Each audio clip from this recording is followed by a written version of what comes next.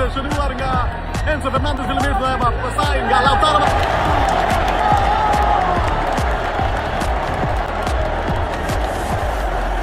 England were 90 seconds away from a World Cup final.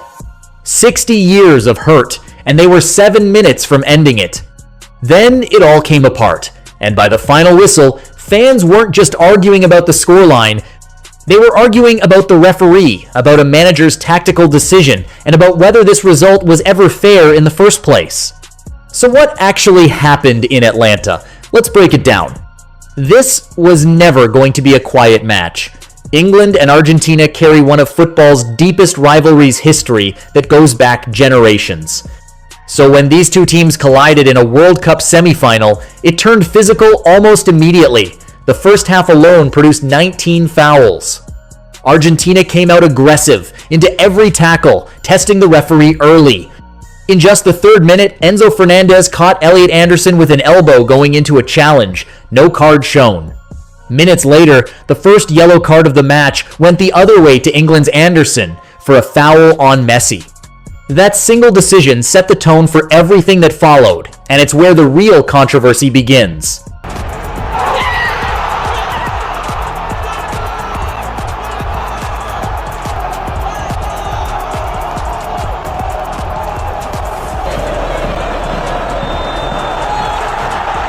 The referee for this match was Ismail Ella, an appointment that had already raised eyebrows before kickoff, because Messi had reportedly never lost a match Ella officiated.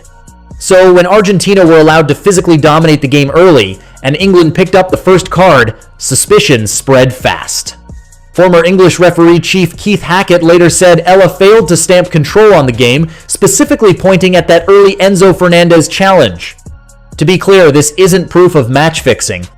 What it does show is a referee who lost grip of a genuinely hostile fixture and a governing body that arguably handed this game to the wrong official for the occasion. But refereeing wasn't the only story. England actually took the lead. In the 55th minute, Morgan Rogers whipped in a cross, and Anthony Gordon finished at the back post, 1-0 England. For half an hour, they were going to the final. Then came the decision that changed everything. Manager Thomas Tuchel pulled Gordon, the goalscorer, off the pitch and brought on defenders instead. England shifted into a defensive shape, sat deep, and stopped attacking. In the 37 minutes after taking the lead, England had just 12% possession and managed only 3 shots. Argentina, sensing the shift, threw players forward.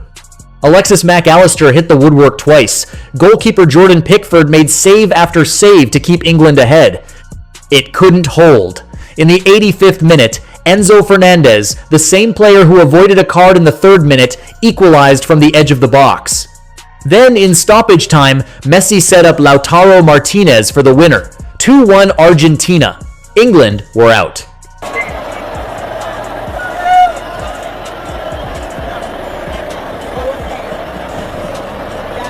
So who's actually responsible here? The referee, the manager, or Argentina simply being better when it mattered?